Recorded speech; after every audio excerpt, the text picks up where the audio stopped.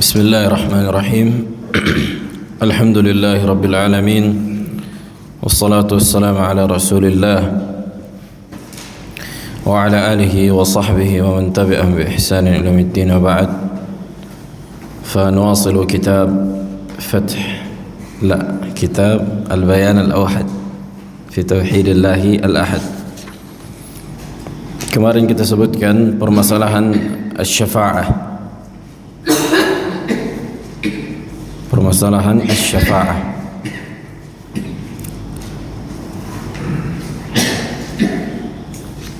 Nah, syafaat terbagi menjadi dua. Syafaat terbagi menjadi dua. Yang pertama syafaat Abu Raihan. Yang pertama syafaat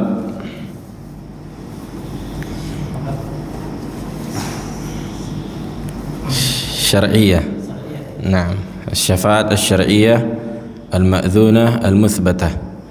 Syafaat yang disyariatkan, yang diizinkan dan yang ditetapkan. Yang kedua, Bang Yasmil. Nah, syirkiyah al-muharramah al-manfiyah.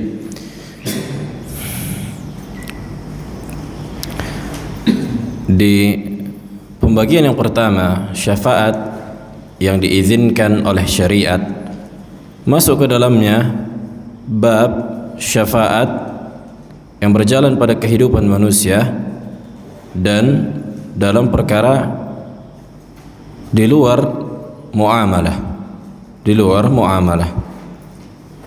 atau yang sifatnya ada bentuk urusan akhirat.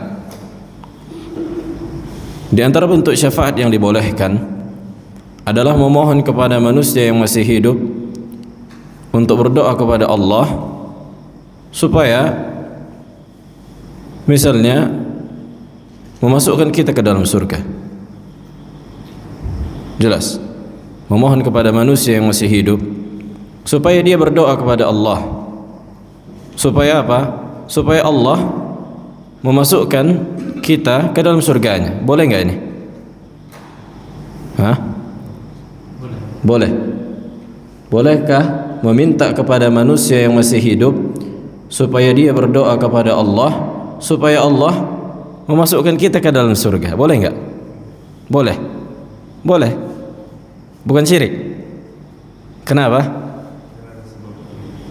Ahsan, yang pertama ada sebab akibat dan dia mampu melakukan. Yang kedua ada dalilnya. Sebagaimana hadis Uqashah ibn Mihsan radhiyallahu taala anhu, ketika Nabi mengabarkan bahwa akan ada 70.000 golongan yang masuk surga tanpa hisab, tanpa azab. Kemudian apa kata Uqashah bin Mihsan? Ya Rasulullah, ud'u Allah li an yaj'alani minhum. Wahai Rasulullah, mintakanlah kepada Allah supaya aku dijadikan di antara 70.000 golongan yang masuk surga tanpa hisab, tanpa azab. Maka Uqashah bin Mihsan meminta kepada Nabi supaya Nabi berdoa kepada Allah, dan ini dibolehkan. Ini termasuk di antara bentuk tawassul dan syafaat. Ini di antara bentuk tawassul yang dibolehkan dan syafaat yang dibolehkan oleh syariat. Akan tetapi apabila meminta kepada manusia yang sudah meninggal, berarti hukum syafaat di sini hukum berdoa kepada mayit. Jelas, kembali ke hukum asal yang pertama, doa. Makanya kitab ini dibuat tasalsul. Ada silsilahnya, ada rantainya. Syafaat ini bagian dari doa secara umum, tapi tidak secara khusus. Karena syafaat itu ada permintaan, ya kan, kepada pihak lain. Makanya apa makna syafaat? Menjadikan pihak lain untuk menuju ke pihak ketiga, atau menjadikan pihak ketiga untuk menuju ke pihak kedua. Contohnya kita ingin sesuatu kepada Allah, tapi kita jadikan orang lain sebagai perantara. Bagaimana perantaranya? Kita memohon kepada dia supaya dia berdoa kepada Allah. Itu kan termasuk dia menjadikan antara seorang hamba dengan Rabbnya perantara, tapi perantara yang masih dibolehkan oleh syariat. Jelas, sebagaimana manusia ketika di padang mahsyar, mereka mengharapkan supaya Allah menyegerakan apa? Menyegerakan hisab. Kenapa enggak mereka minta saja langsung kepada Allah, ya kan? Karena ini menjadi kekhususan bagi Nabi alaihi salatu wassalam. Oleh karena itu manusia meminta kepada Nabi Adam, kepada Nabi Nuh, Ibrahim, Musa, Isa ila akhirih, sampai kepada Nabi Muhammad alaihi salatu wassalam. Kemudian apa? Nabi Muhammad sujud memuji Allah dan berdoa supaya disegerakan hisab. Dan ini di antara bentuk syafaat. Dan ini dibolehkan. Kenapa? Karena hakikatnya meminta manusia yang ia mampu melakukannya. Jelas? Kalau yang mengatakan misalnya buktinya syafaat al-uzma, itu kan Nabi udah meninggal. Iya udah meninggal, tapi pun kita udah meninggal, sama-sama meninggal. Adapun orang hidup meminta kepada orang yang meninggal, ini yang terputusnya hukum sebab akibat. Karena kenapa terputus hukum sebab akibat? Masalah yang pertama kali, masalah sama'ul mauta. Apakah orang yang meninggal mendengar orang yang masih hidup? Hukum asalnya orang yang meninggal tidak mendengar orang yang masih hidup, apalagi memenuhi doanya. Jelas? Kemudian syafaat yang diharamkan adalah syafaat yang tidak terpenuhi syarat-syarat syafaat yang diizinkan. Baik, kemudian kita lanjutkan masalah jadidah, permasalahan baru, az-zabhu li ghairillah, menyembelih kepada selain Allah atau untuk selain Allah. Qala al-muallif ghafarallahu lahu wa liwalidayhi wa lisa'iril muslimin. Ittafaqat al-madhahib al-arba'ah al-fiqhiyyah ala anna adh-dhabha huwa qat'u halqi hayawanin mubahin aw hayawanin mubahil akl bi tariqatin makhsusah. Sepakat mazhab fikih yang empat bahwa menyembelih itu adalah memutuskan kerongkongan hewan yang mubah dimakan dengan cara yang dikhususkan, atau dengan kata lain iraqatud dam, mengucurkan darah, artinya memotong leher hewan yang dihalalkan untuk dimakan. Inilah yang dikatakan apa? Az-zabhu, menyembelih. Lakin al-murad bil-zabhi huna awsa'u min al-ma'na al-fiqhi. Akan tetapi maksud menyembelih di sini lebih luas. Lebih luas apa lebih khusus? Sebenarnya lebih khusus kan daripada makna secara fikih. Ayo, lebih luas. Lebih luas. Kenapa? Karena dalam istilah fikih hanya pada hewan yang mubah dimakan.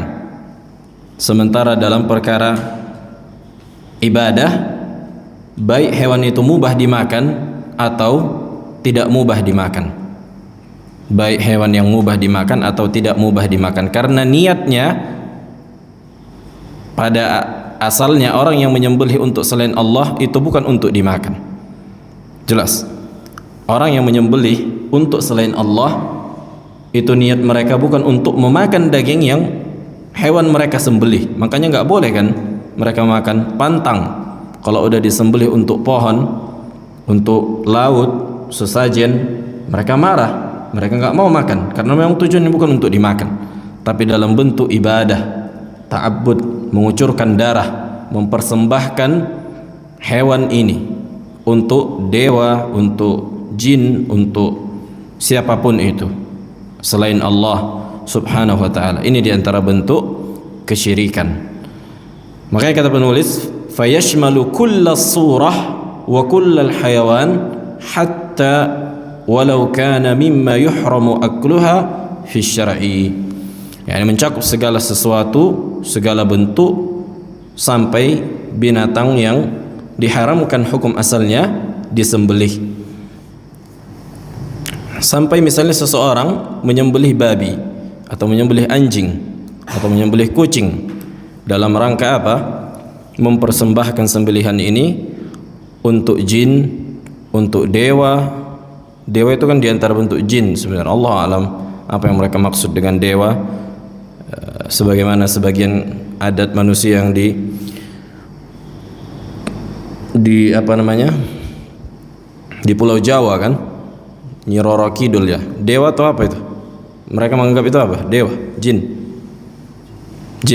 Itu kan istilahnya jin.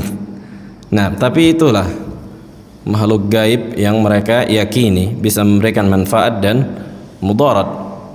Mereka yakini bisa memberikan manfaat dan mudarat. Makanya kalau terjadi gempa, biasanya mereka apa? Atau tsunami, mereka potong sembelihan kerbau dipersembahkan untuk apa?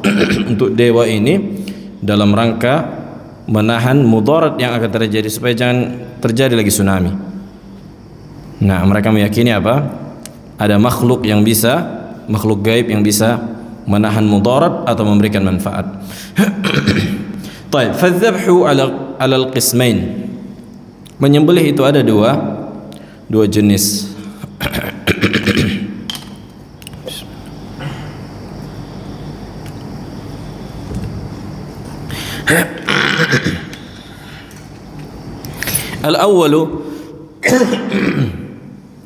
Al-awwal yang pertama,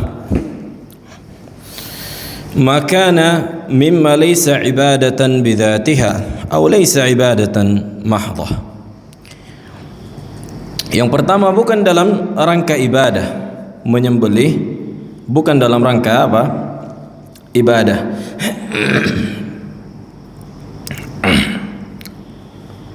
Bukan dalam rangka ibadah secara mahdhah, bukan dalam rangka ibadah mahdhah. Apa ibadah mahdhah? Ayo, apa murni? Apa patokannya? Yang disyariatkan, yang datang pensyariatannya dengan dalil yang rinci, kan gitu. Contohnya apa?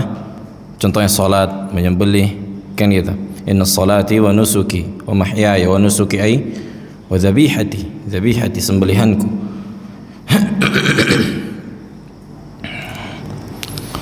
Mithlu an yakuna lil akli 'inda al hajati ilaih, seperti seseorang menginginkan daging dari hewan tersebut ketika membutuhkannya. Contohnya pengen makan ayam, maka orang akan menyembelih ayam. Pengen makan kambing, maka disembelih kambing. Karena untuk menghalalkan atau cara mematikan hewan yang dihalalkan dengan cara apa? Menyembelihnya. Dengan cara menyembelihnya.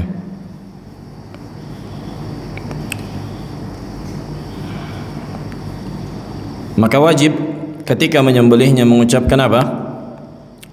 Bismillah. Mengucapkan bismillah. Dan hukum menyembelih, kemudian ikhtalaf ulama.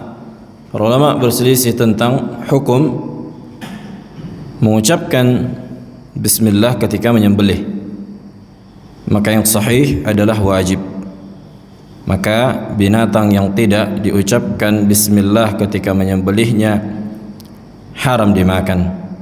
Wala ta'kulu mimma lam yuzkar ismullahi alaihi, dan janganlah kalian makan binatang yang disembelih yang tidak diucapkan nama Allah di situ.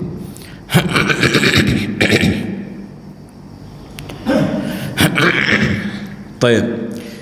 Ini jenis yang pertama, menyembelih yang sifatnya bukan ibadah, akan tetapi apa? Menginginkan dagingnya. Kita inginkan dari daging ini. Dan tidak berkaitan dengan waktu dan tempat, ya kan? Itu yang dibolehkan. Kemudian yang kedua, al-thani, jenis yang kedua dari menyembelih ma kana minal ibadah wa hadha alal qismain. Menyembelih yang sifatnya ibadah, menyembelih yang di antara bentuk ibadah, dan ini ada dua jenis.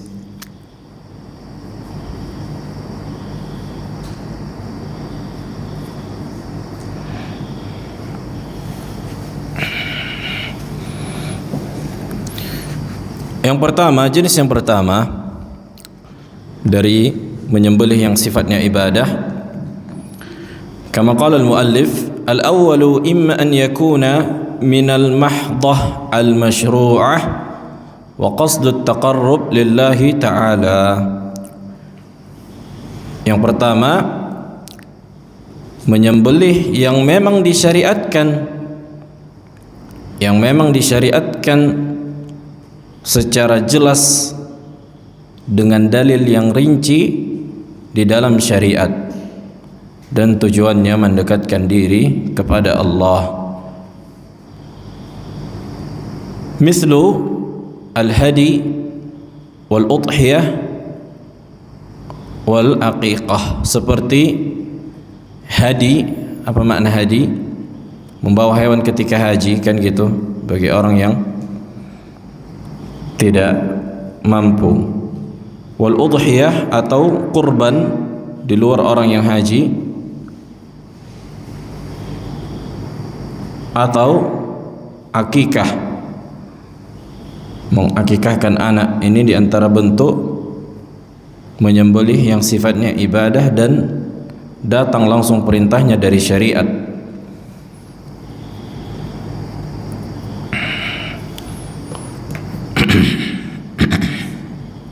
Kemudian yang kedua, imma an yakuna min asy-syirk alladhi qusida bihi ghairullah li jalbil manfi'ati aw daf'i al-madarrah. Yang kedua, imma menyembelih yang sifatnya ibadah itu di antara bentuk kesyirikan, di antara bentuk kesyirikan.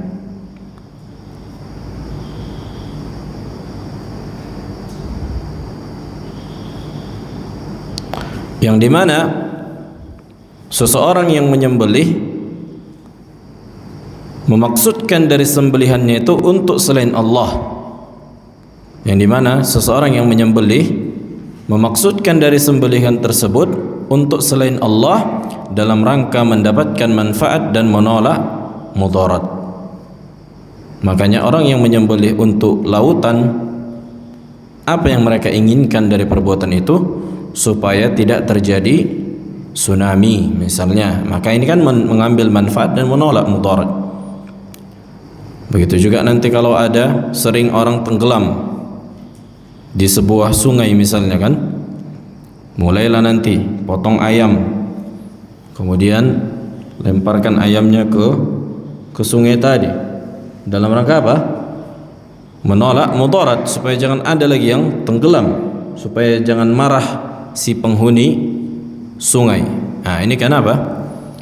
Menyembelih untuk selain Allah, maka hukumnya syirik akbar. Syirik akbar yang mengeluarkan pelakunya dari Islam, mengeluarkan pelakunya dari Islam, membatalkan seluruh amalannya, menghancurkan seluruh amalannya. Apabila dia mati dan belum bertaubat, maka akan kekal di neraka. Na'udzubillah. قال المؤلف غفر الله له ولوالديه ولسائر المسلمين ولا شك أن المقصود من الذبح لغير الله ما كان من العبادة ومتى يكون الذبح من العبادة لغير الله فيكون الذبح من العبادة بغير الله تعالى الذي إذا فعله الإنسان لغير الله فقد وقع في الشرك الأكبر مخرج من الملة إذا قرن بالتعبد أو التقرب.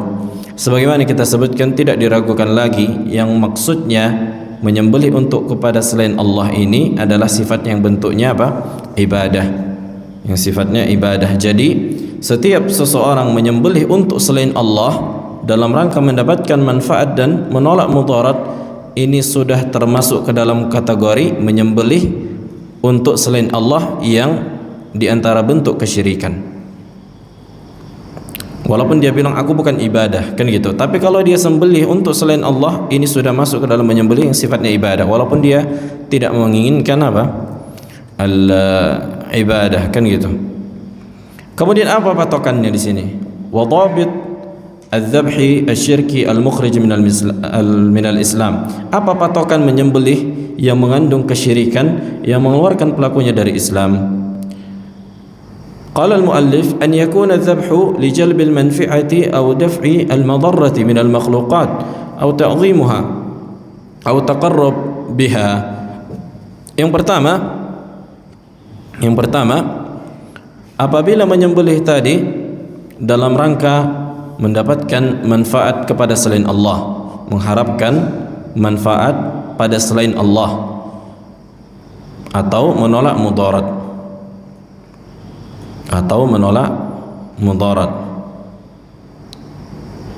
atau mengagungkannya, atau dalam bentuk mengagungkan yang untuknya disembelih tapi selain Allah, atau mendekatkan diri kepadanya,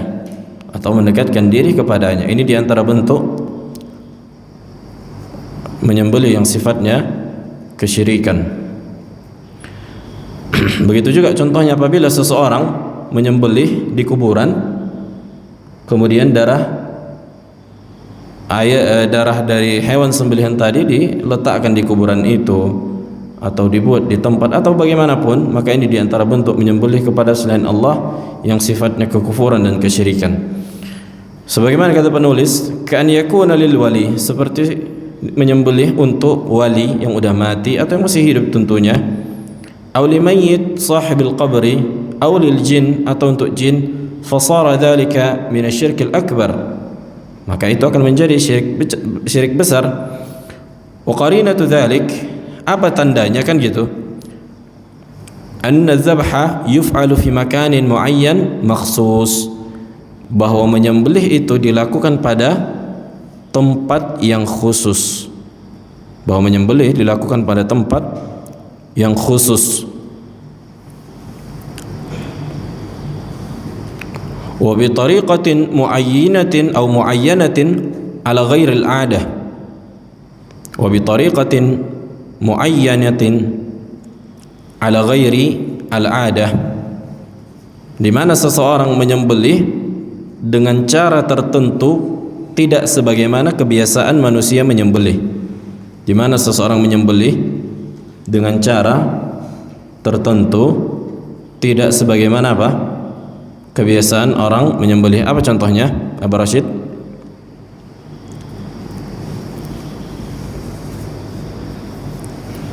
Kevin, apa contohnya? Kata penulis, wa bi tariqatin muayyanatin ala ghairil 'adah, dengan cara tertentu tidak sebagaimana kebiasaan orang menyembelih. Gimana contohnya? Pernah melihat orang menyembelih dengan cara yang tidak sebagaimana kebiasaan manusia menyembelih? Pak Amin.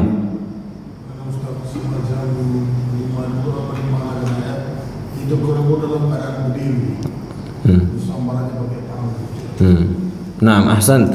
Atau misalnya menyembelih ayam, kemudian darahnya dikelilingkan di sebuah rumah. Maka ini enggak sebagaimana kebiasaannya. Ngapain dikelilingkan di rumah? Untuk apa? Apa maksudnya? Maksudnya?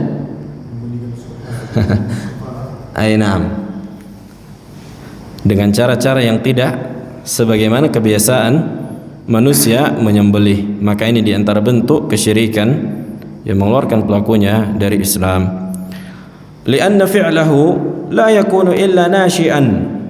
Ini lazimnya, karena perbuatan itu tidaklah muncul illa an yakun atau la yakunu illa nasyi'an an i'tiqadir rububiyyah fil makhluqati ghaliba.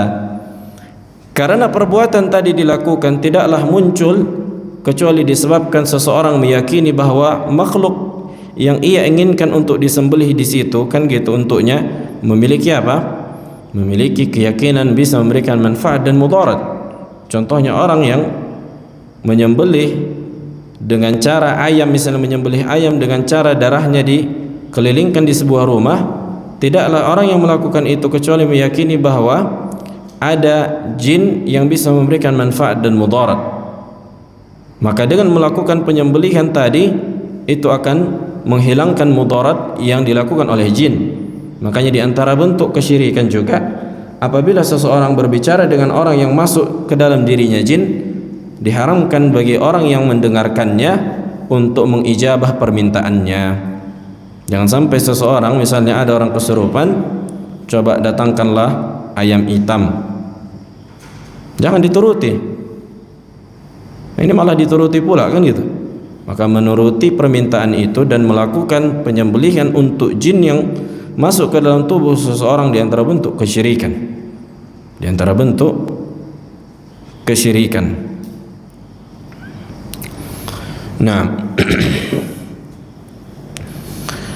inilah beberapa perkara yang berkaitan dengan penyembelihan untuk selain Allah. Kemudian permasalahan berikutnya atau sebagian ibadah, asyirku fil mahabbah, kesyirikan dalam kecintaan. Kesyirikan dalam kecintaan. Al-mahabbatu naw'an. Kecintaan itu ada dua jenis. Al-mahabbah at-ta'abbudiyah. Yang pertama, kecintaan yang sifatnya adalah ibadah, bentuk dari ibadah. Wal mahabbah at-tabi'iyah, dan kecintaan yang sifatnya tabiat manusia. Wal mahabbatu at-ta'abbudiyatu la takunu illa 'anil khudu' wadh-dhul lil ma'bud. Adapun sifat kecintaan yang ibadah tidaklah lahir kecuali disebabkan rasa tunduk dan menghinakan kepada yang disembah.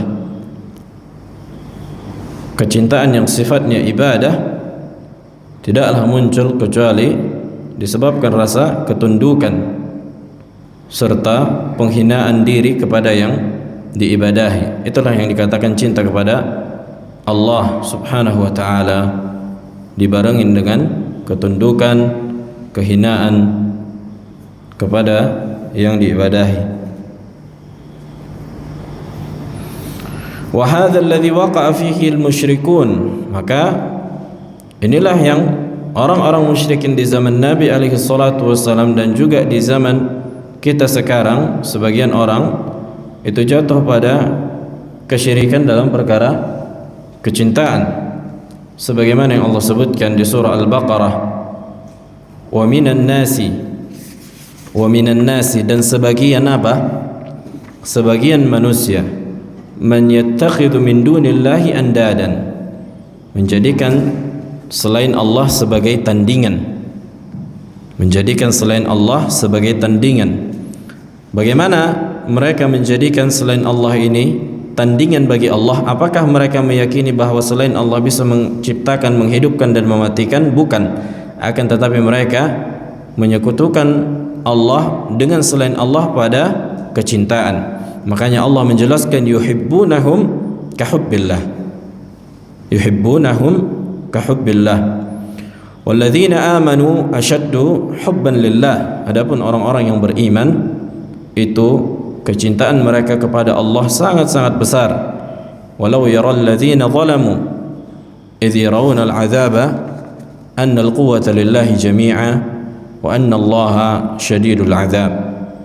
Wa tafsiru hadhihi al-ayah ala al-qawlain. Dan tafsir ayat ini di surat Al-Baqarah ini ada dua pendapat.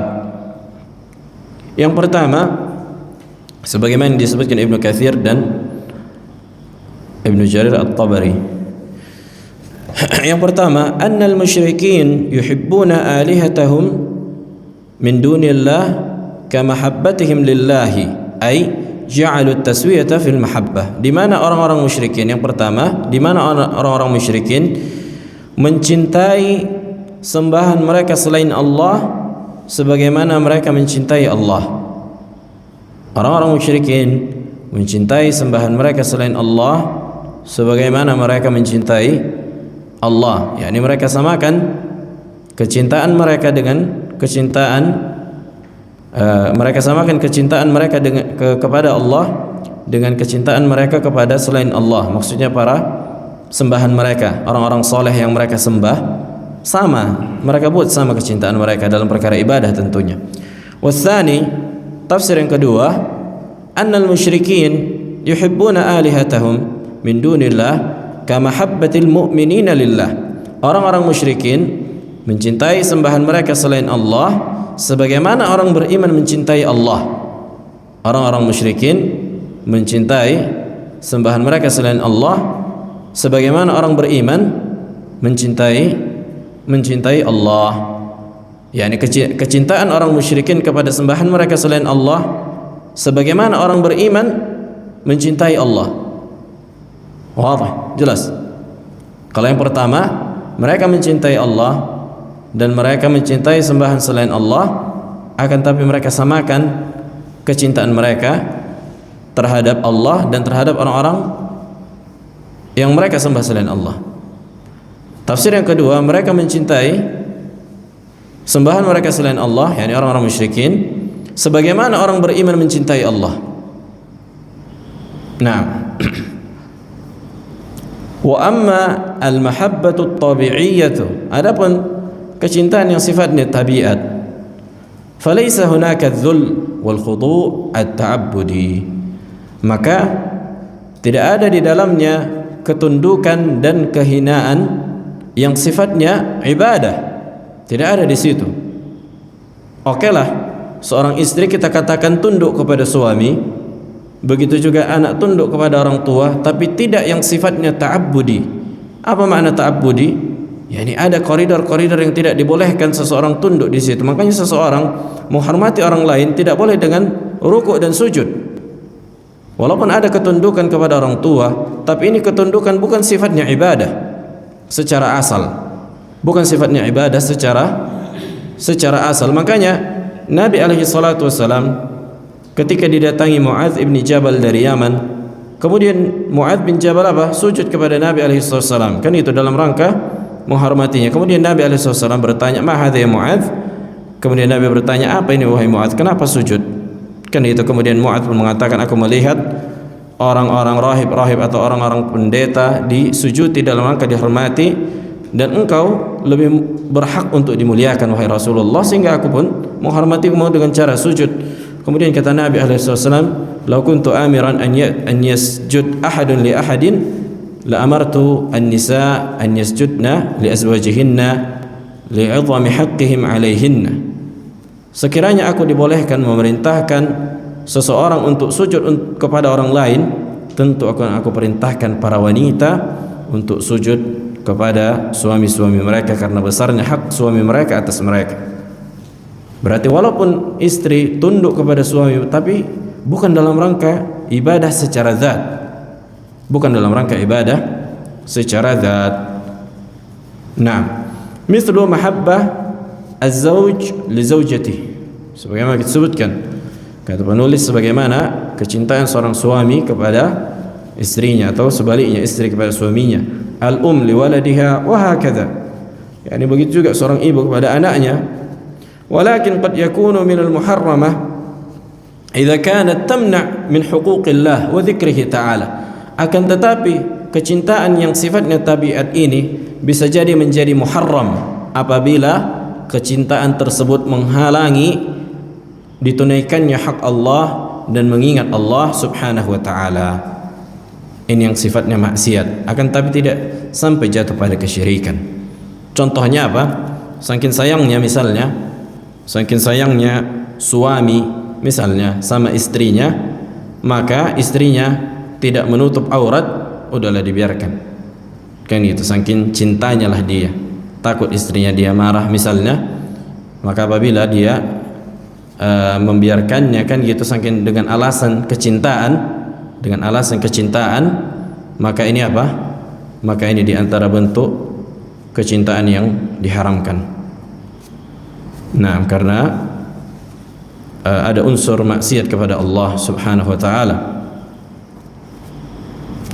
Baik, kemudian asyirku fil khauf, kesyirikan dalam perkara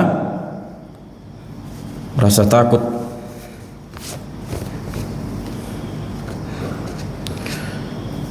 Qala al-muallif ghafarallahu lahu wa liwalidayhi wa lisa'iril muslimin, kadzalika anna al-khauf naw'an, begitu juga bahwa rasa takut ini dua jenis. Yang pertama, al-khauf at-ta'abbudi, rasa takut yang sifatnya ibadah. Yang kedua, al-khauf at-tabi'i, rasa takut yang sifatnya tabiat. Fal-khawfu at-ta'abbudiyyu aw khawfu al-ibadati huwa khawfu at-ta'alluq bil ma'bud. Wa khawfu al-ibadah imma an yakun khawfan min Allah, fa hadha tauhid, wa ma'nahu at-ta'alluq billahi 'azza wa jalla, wal khawf min wa'idihi wa iqabihi. Yang pertama yang dikatakan khauf at-ta'abbudi, rasa takut yang sifatnya ibadah, maksudnya rasa takut seseorang kepada sembahannya, rasa takut seseorang kepada sembahannya yang berkaitan dengan yang disembah. Kalau seseorang merasa takut kepada Allah,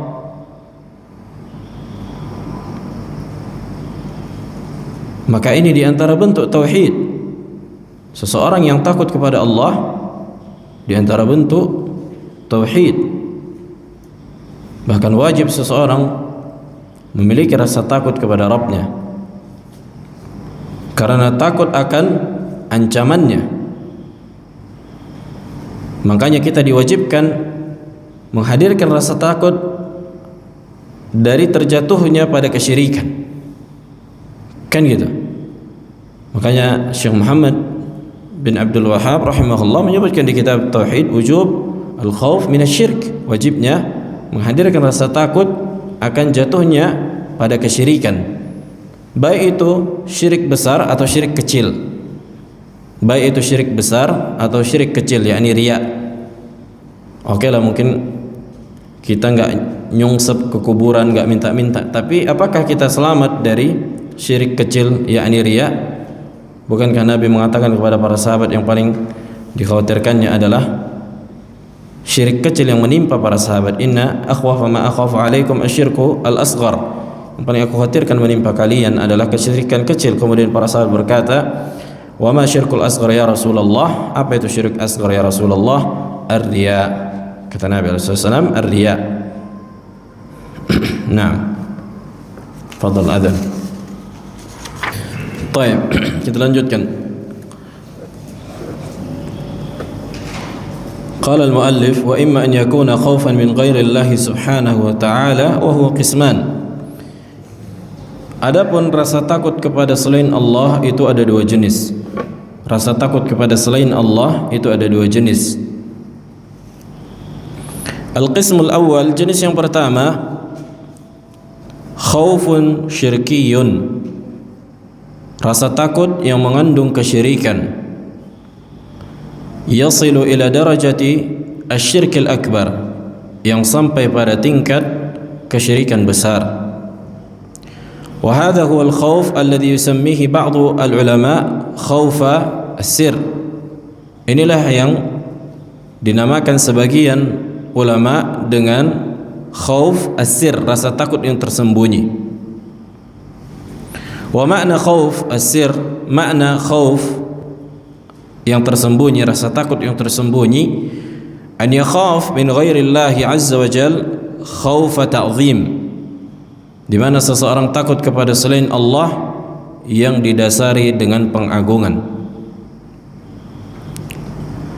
Li'annahu yash'uru anna hadzal makhufa mu'azzamun, karena orang tadi merasakan bahwa yang dia takuti adalah sesuatu yang diagungkan, yang dimuliakan. Wa yamliku umuran ghaibiyatan ja'alat hadzal khaif yakhafu minhu, yang dimana yang ditakuti itu maksudnya selain Allah yang ditakuti, atau sesuatu yang ditakuti selain Allah itu menguasai perkara-perkara gaib yang menjadikan manusia ini takut kepadanya. Wa hadza naw'un min anwa'i khaufis sir, ini di antara jenis rasa takut yang tersembunyi. Wa min anwa'i khaufis sir alla yukhfi 'ala man yakhafahu syai'an min qalbihi aw syai'an fi qalbihi litasawwurihi anna lahu ta'thiran 'alayhi bihaythu yaj'al batinahu ka dhahirihi 'inda man yakhafu minhu. Yani artinya seseorang merasa takut kepada selain Allah yang dibarengi dengan ketundukan, dan pihak selain Allah ini diyakini menguasai perkara-perkara gaib, menguasai perkara-perkara gaib, maka ini di antara bentuk kesyirikan. Wa hadzal naw' min anwa'il khauf syirkun akbar. Jenis rasa takut yang demikian itu di antara bentuk kesyirikan besar. Wa yumkin an yumaththil lahu bi khaufil musyrikin min alihatihim. Mungkin bisa kita sebutkan contoh rasa takut yang seperti itu, rasa takutnya orang-orang musyrikin terhadap sembahan mereka selain Allah. Faqad kanu yatasawwaruna anna hadhihi al-alihah ladaiha qudrat, yang dimana sebagian orang-orang musyrikin itu meyakini bahwa sembahan mereka selain Allah itu memiliki kekuatan, kama yaqa'u 'inda ba'dhi man yusyrikuna fi rububiyyah, sebagaimana yang terjadi pada sebagian manusia yang melakukan kesyirikan dalam perkara rububiyah, haitsu ya'taqiduna anna haula'i lahum qudratun mustaqillatun yu'athiruna fil 'alam bisababiha, di mana mereka meyakini bahwa sembahan-sembahan selain Allah itu memiliki kekuatan tersendiri yang bisa memberikan efek pada alam semesta ini. Fahadha syirkun fir rububiyah, ini di antara bentuk kesyirikan dalam perkara rububiyah. Aw yatasawwaruna anna alihatahum indaha qudratun bi'ta'illahi laha, atau mereka meyakini bahwa sembahan mereka selain Allah ini memiliki kekuatan untuk mengatur alam semesta dengan pemberian Allah.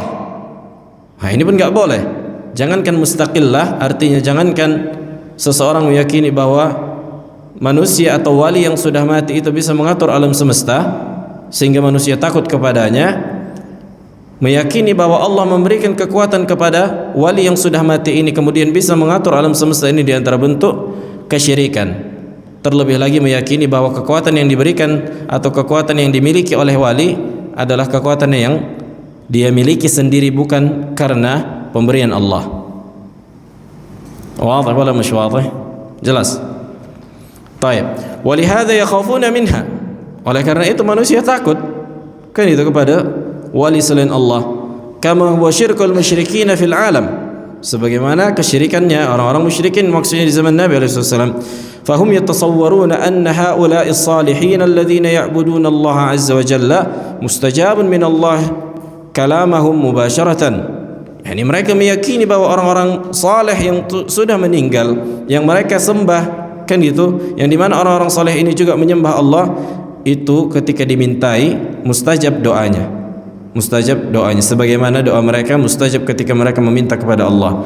Fa idza talabu minhu an yanfa' fulanan fayanfa'uhu fasayanfa'uhu, apabila mereka meminta kepada wali yang sudah mati ini, maka akan bisa memberikan manfaat kepada orang yang memintanya.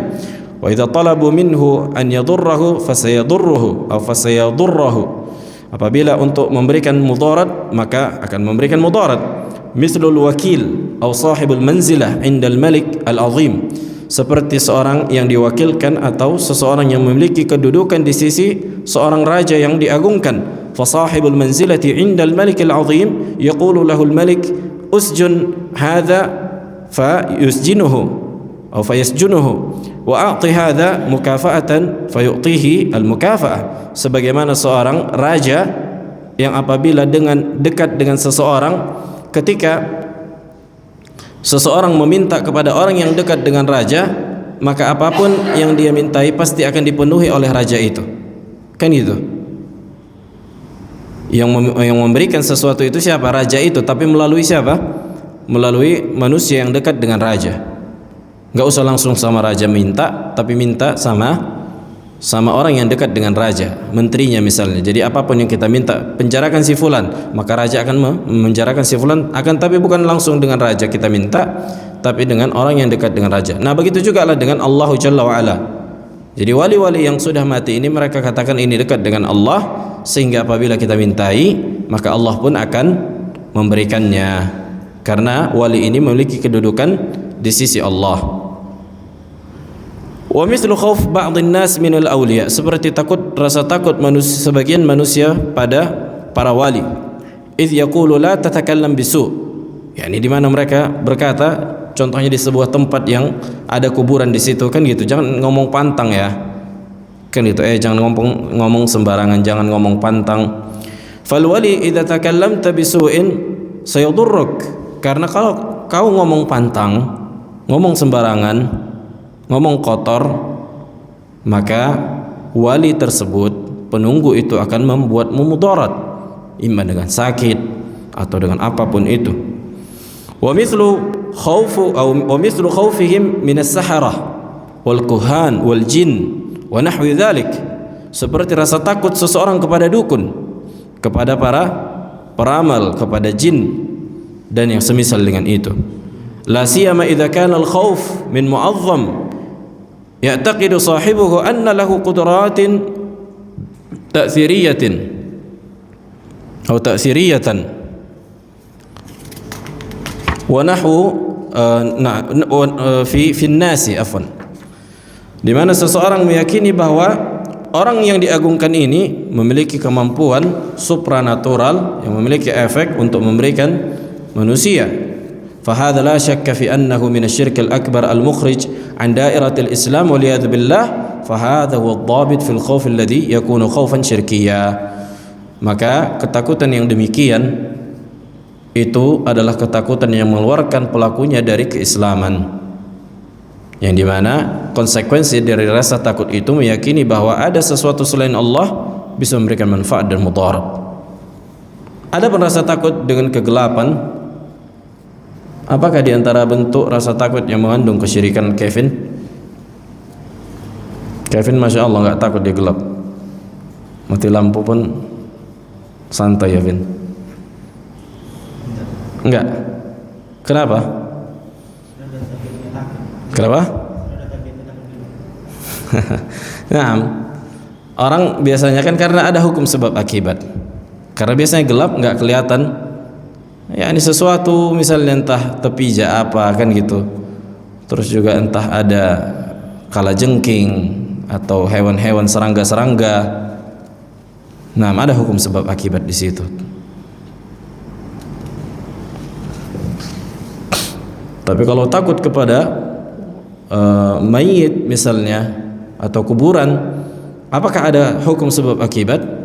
Tidak ada secara tajribah atau secara akal manusia, secara logis itu tidak ada. Nah, keyakinan seseorang pada seorang yang sudah meninggal bisa memberikan manfaat dan mudarat sementara hukum sebab akibat telah terputus, inilah yang menjatuhkan dia pada kesyirikan. Makanya senantiasa Anda sebutkan harus mungkin masalah hukum sebab akibat dalam perkara ini, karena ini kaitannya dengan rububiyah, dengan perkara rububiyah. Akan datang pembahasan khusus dalam permasalahan ini insyaallah, harusnya dikedepankan di awal rububiyah tapi ana buat di akhir. Baik. Al-qism ats-tsani, kita habiskan ini sedikit. Al-qism ats-tsani, jenis yang kedua. Yang pertama tadi rasa takut kepada Allah yang terbagi menjadi dua. Ada yang sampai pada tingkat kesyirikan besar. Al-khauf min ghairillahi alladhi la yasilu ila darajati syirkil akbar. Nah, ini takut kepada selain Allah tapi enggak sampai pada syirik besar. Wa huwa al-khawf alladhi la yakunu min mu'azzam. Itulah rasa takut yang bukan pada sesuatu yang diagungkan. Bihaitsu yakunu khawfan sirriyan yadhhar ma'ahu ma fi batinihi ala jawarihihi wa innama huwa khawf min al-batsh aw al-adha sawa'an akana haqiqiyan am wahmiyan. Wa fil ghalib yakunu wahmiyan fayamtani'u al-khaif bisababihi min al-wajibat asy-syar'iyyah. Contohnya, ada hukum sebab akibat takut sama begal misalnya kan gitu. Nah, akan tetapi misalnya rasa takut yang ini kata beliau, rasa takut yang enggak sampai pada kesyirikan, akan tetapi mengandung unsur maksiat misalnya. Rasa takut yang menghalangi seseorang dari mengerjakan ketaatan kepada Allah misalnya. Misalnya ada manusia kan gitu. Karena nanti takut dicemooh manusia, aduh, kucukurlah jenggotku, atau nggak usah aku salat ke masjid, nanti dibilang orang misalnya jauhlah, kan gitu. Maka ini diantara rasa takut yang mengandung maksiat. Rasa takut yang mengandung maksiat. Memang ada gangguan di situ. Kita rasakan gangguan manusia kan gitu. Cemoohan orang bagi sebagian orang itu gangguan. Bagi sebagian orang itu gangguan, bagi orang lain yang enggak peduli, yang kuat imannya itu bukan gangguan. Itu dianggap sebagai nikmat. Kenapa? Mendapatkan pahala. Bukankah bersabar atas gangguan manusia di antara bentuk pahala? Kita enggak ngapain cukup sabar, pahala. Itu di antara amalan besar yang enggak bisa dilakukan sebagian manusia. Kan gitu. Nah, wa amal khawf at-tabi'i, ada rasa takut yang sifatnya apa? Tabiat. Wa huwa al-khawf al-'adi alladhi yahsul lil insani 'indama yudahimuhu 'adu aw hayawan muftaris aw nahwu dhalik mimma yakhafu an-nas fil 'adati min. Ada rasa takut yang sifatnya tabiat.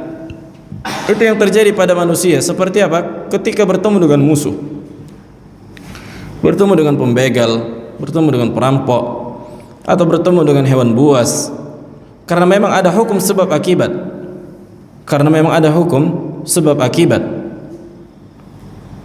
Aw nahwu dzalik, atau yang semisal dengan itu, yang sesuai dengan kebiasaan manusia kan gitu. Wadhabit fi hadzal khauf at-tabi'i. Nah, ini pentingnya nih. Makanya apa patokan rasa takut yang sifatnya tabiat? In'iqadu asbabil khauf, yakni terjadinya hukum sebab akibat pada sesuatu yang ditakuti. Ada hukum sebab akibatnya.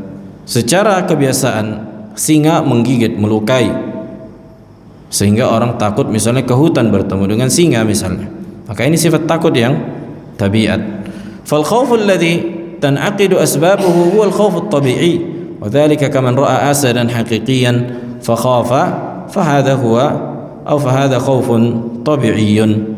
Aw ja'ahu 'aduwwun bisilahin wa wada'ahu fi ra'sihi, atau misalnya kita bertemu dengan musuh, pembegal, perampok dengan senjata yang mengarahkan senjata tersebut ke kepalanya atau kepala kita. Fa khafa wa taraba qalbuhu, dan dia takut dan hatinya bergetar. Fa hadha khaufun tabi'iyyun yahsul lil insan.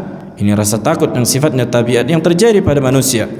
Wa yakhaful insan minal maut, dan seseorang takut kepada kematian misalnya. Makanya kita hati-hati dalam berkendara kan gitu.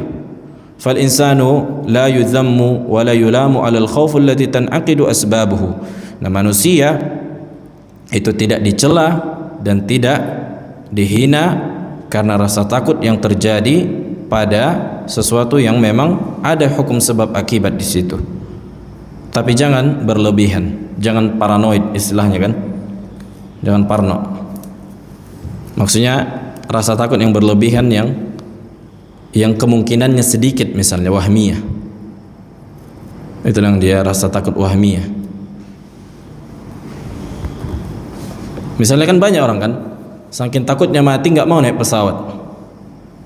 Nah, mana pernah bilang kayak gitu. Saking takutnya dia mati nggak mau naik pesawat. Maksudnya takut dia pesawat itu jatuh gitu. Ada hukum sebab akibatnya.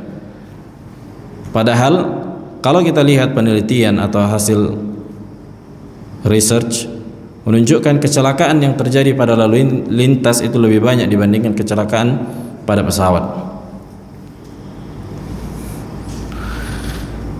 Tapi kalau naik kapal dia nggak takut, padahal kapal pun bocor, tenggelam, mati juga kan gitu. Tapi memang kemungkinan selamat kalau kapal tenggelam lebih besar dibandingkan pesawat yang jatuh. Nah, fadhal, ada pertanyaan? Fadhal. Termasuk menyembeli hukum menyembeli. Nah, di masyarakat kita itu sering juga pengen makan hewan ini, tapi dikaitkan dengan sesuatu peristiwa misalnya. Ada yang nggak ikhlas, ada yang baru sembuh dari sakit, seterusnya dan seterusnya. Dalam proses penyembelihan itu kita semuanya syarat. Cuma memang ada semacam keyakinan bahwa kalau dia memakan ini nanti mudah untuk kondisi badan kembali dapat semangat dan seterusnya. yang pertama dilihat hukum sebab akibat. Pertama, apakah hewan yang dimakan terbukti mengembalikan stamina dan kekuatan? Kalau memang terbukti, maka ya itu benar, kembali ke hukum sebab akibat. Tapi kalau tidak terbukti dan memang secara kebiasaan makanan itu nggak bisa memberikan kekuatan, nggak bisa memberikan stamina, akan tapi keyakinan manusia ini diantara bentuk menetapkan sesuatu sebab dan akibat yang tidak ditetapkan syariat dan hasil uji coba, maka ini diantara bentuk kesyirikan. Akan datang pembahasannya. Tapi kalau misalnya makan daging memang memberikan kekuatan, memberikan stamina. Makan ikan gabus supaya kuat, misalnya orang habis operasi kan gitu, memang terbukti mungkin dari sisi protein cepat memulihkan, maka ini silahkan. Tapi kalau makanya tergantung makanan apa dan sakit apa. Tergantung makan apa dan sakit apa. Akan datang pembahasan insyaallah, man ja'ala sababan laysa sababan syar'iyyan wala qadran faqad waqa'a fi syirik. Nah, ada lagi. Fadhal. Kita sejak kecil sudah sering begitu diceritakan tentang jin, setan, genderuwo dan segala macam. Dan itu menimbulkan rasa takut kepada kita. Apa hukumnya takut kepada jin dan setan yang berbentuk seperti tadi genderuwo, kuntilanak, pocong, segala macam itu? Nah, hukum asal bahwa apa? Bahwa jin, syaitan dan seterusnya tidak bisa memberikan manfaat dan mudarat. Dan jin yang digunakan oleh penyihir untuk memudaratkan manusia bisa terjadi kan gitu. Makanya Allah menyebutkan di surah Al-Baqarah kan gitu, wa ma yudarruna bi ahadin aw min ahadin illa bi idznillah wa ma hum bidarrina min ahadin illa bi idznillah, dan tidaklah mereka bisa memberikan mudarat secuil apapun kecuali dengan izin Allah Subhanahu wa taala. Kita yakini memang jin itu bisa memberikan mudarat, bisa memberikan mudarat. Buktinya Nabi alaihi wasallam itu diganggu oleh penyihir yang di mana mereka menggunakan jin kan gitu. As-sihru haq kama qala alaihi wasallam. Akan tetapi tersihirnya Nabi bukan sebagaimana tersihirnya manusia yang lain. Tersihirnya Nabi alaihi wasallam disebutkan di Bukhari dan Muslim, para ulama telah menjelaskan perkara ini karena ada sebagian manusia yang menolak perkara ini. Kata mereka, bagaimana mungkin Nabi itu tersihir? Akan tapi tersihirnya Nabi alaihi wasallam itu dikhayalkan sebagaimana beliau ya ini melihat keluarganya atau istrinya datang padahal tidak datang gitu. Nah, kemudian masalah orang yang memang didoktrin takut dengan pocong, takut dengan ini karena mukanya seram kan gitu. Ini bisa jadi masuk ke dalam bab tabi'i, tapi jangan sampai berlebihan yang membuat merusak akidah. Makanya diharamkan menonton film horor karena bisa merusak akidah. Makanya diharamkan apa? Menonton film horor karena merusak akidah. Jadi orang takut jadinya. Walaupun oke lah karena mukanya seram, jadi takut. Macam-macam kalau kita di sini ada nenek gayu, macam-macam. Nah, karena rata-rata hantu-hantu yang digambarkan seram-seram. Makanya kalau hantunya ganteng-ganteng, mungkin orang nggak takut kan gitu. Orang takut karena seramnya muka gitu. Jangankan, makanya kan kalau di rumah hantu di pasar malam itu kan kita tengok orang mukanya koyak-koyak cemana, seram gitu. Jangankan menengok hantu, orang kecelakaan aja kan takut kita. Itu diantara bagian dari itu hukum seramnya pandangan atau rupanya. Tapi apabila dia takut karena memudaratkan dirinya yang berlebihan, yang sampai kepada takut yang sifatnya sir, bisa jatuh pada kesyirikan. Nah, ada lagi satu lagi, fadhal. Pelaku syirik besar ini hukumnya dari Ustaz keluar dari Islam. Nah, Jadi kalau seandainya kita lah pelaku syirik besar sebelum mengenal sunnah, mengenal sunnah, bagaimana sunnah? Apakah amal ibadah tertera atau sudah melamanya? Apakah syahadat lagi atau dengan tobat? nah, barakallahu fik. Yang pertama, apabila seseorang pernah melakukan kesyirikan dan dia nggak tahu, kemudian dia belajar, kemudian dia tahu kalau apa yang dilakukannya dulu adalah bentuk kesyirikan dan kekufuran, maka memperbanyak istighfar dan memperbanyak syahadat. Nah, ini masalah apa? Masalah udzur bil jahl. Ini masalah panjang sebenarnya. Begitu juga sebagian manusia yang melakukan kesyirikan besar, akan tetapi dia nggak tahu kalau itu apa? Kesyirikan. Kemudian dia meninggal sebelum dia bertaubat. Ini masalah udzur bil jahl, masalah yang panjang dan menjadi perselisihan para ulama. Sebenarnya udzur bil jahl itu ada. Maksudnya udzur terhadap orang yang jahil akan perkara kesyirikan itu ada. Akan tetapi itu tergantung waktu dan tempat. Kata Ibnu Qayyim rahimahullah, tergantung waktu dan tempat. Kalau pada sebuah tempat itu tersebarnya ilmu, banyaknya orang mengajarkan sampai kepadanya cerita tentang masalah tauhid, kemudian dia menolak, itulah yang dikatakan bodoh disebabkan penolakan. Ini tidak diberikan uzur. Bodoh disebabkan penolakan. Al-jahlu nasyi'un 'anil i'rad. Kejahilan yang muncul disebabkan penolakan, berpaling, ini tidak diberikan uzur. Tapi kalau ada orang yang jahil, dia enggak tahu, kemudian sampai kepadanya ilmu, dia berhenti, maka inilah yang diberikan uzur, wallahu a'lam. Nah, makanya dilihat waktu dan tempat, apakah tersebarnya ilmu atau tidak. Masalah ini masalah panjang dan hukum secara teori demikian. Adapun menerapkannya pada kasus yang terjadi itu butuh ke hati-hatian yang lebih lagi gitu. Bedakan antara hukum dengan umum dan hukum pada kasuistik. Itu beda-beda karena orang beda-beda.